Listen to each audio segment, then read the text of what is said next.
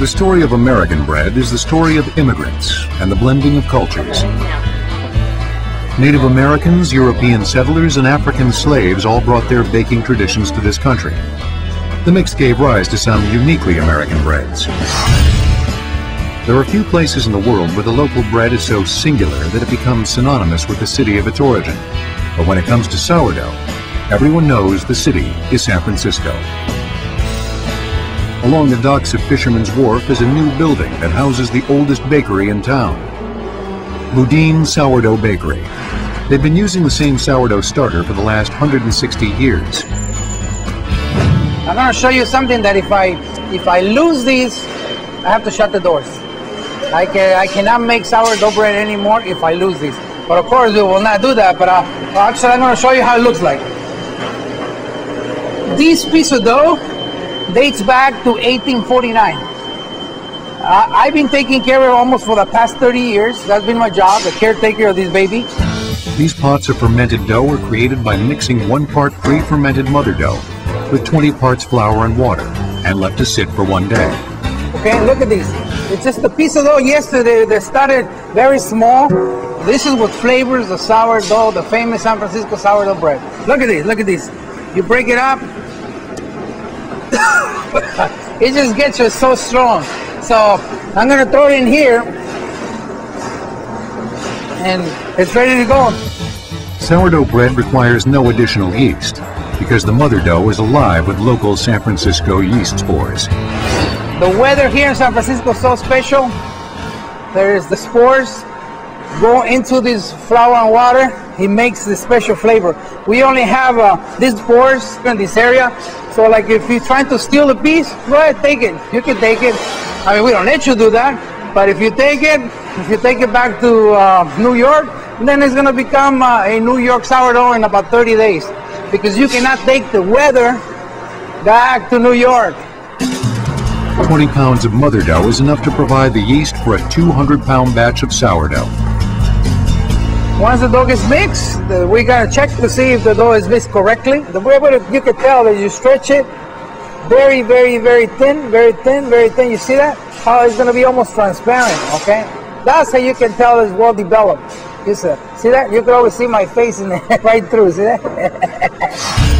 Once every 20 minutes, a tub of mixed dough, enough for 400 loaves of bread, is dropped down to a divider that cuts it into chunks, perfectly sized for a specific type of loaf. A conical shaper then rolls it into a ball that is carried by conveyor belt to a resting basket, where the dough can do its first rise. After a half hour in the rotating basket, the raised dough goes through a forming stage, where it's given its next shape.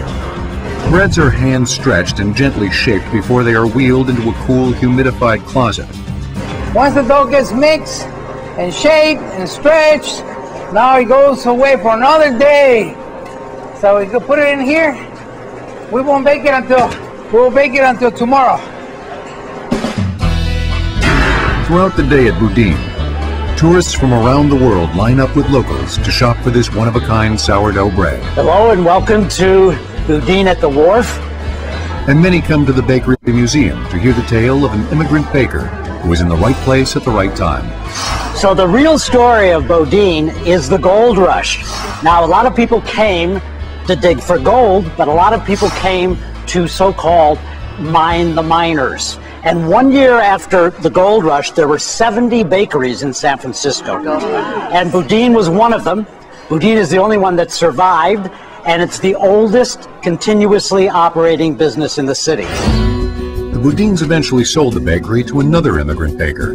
My father, Steve Giraudo, came over in 1935 from Italy to San Francisco, and his first job was at Boudin Bakery, and everybody talks about artisan bread today. My father was one of San Francisco's authentic and original artisan bakers. But as he made his bread, we'd go to school and we'd have sandwiches, and we'd sit down at a bench in the schoolyard with all the kids that were eating peanut butter and jelly and, I don't know, mayonnaise sandwiches. They'd look on white bread, they'd look at us because the mustard would be falling out of our sandwiches because the bread had holes in it. That bread with holes is now flying off the shelves at Boudin. But despite the increasing demand, each loaf still gets hands-on attention. Scoring the bread, it's gonna go into the oven. After those 3 days that we talked about, this is the final step before it gets baked. It gets poured for looks. At the same time, it gets poured to release the gases so the bread comes out nice and even. Otherwise, if we just throw it in like this, it's going to burst to the weakest part of the skin. We got an oven that varies from about 400 to about 440 degrees. And then you also have to steam it. If you don't give it steam, it's going to look all gray. But this will give it a nice crust, and actually it will make it expand even more in the oven. You'll see that right now. Average time is around 20 to 30 minutes, depends on the size of the bread. And then press start. You'll feel the steam. And you see the steam coming out right now? Good loaf of bread. See that nice crusty color? Ooh, hot. See that crunchy? We chewy on the inside. The scores are very nice and even. You know, I mean, these lines here. And also, you know, you see you top it, make sure it's hollow. If it was, you can feel it if it's still underdone, but it's a different sound. You see the echo? Beautiful. And then, look at that. How crunchy. Take a piece of these. Flour, water, and salt. Doesn't get any better than this. I love it. When it makes my day when I see there's something that started 3 days ago and it comes out to this good, I'm happy.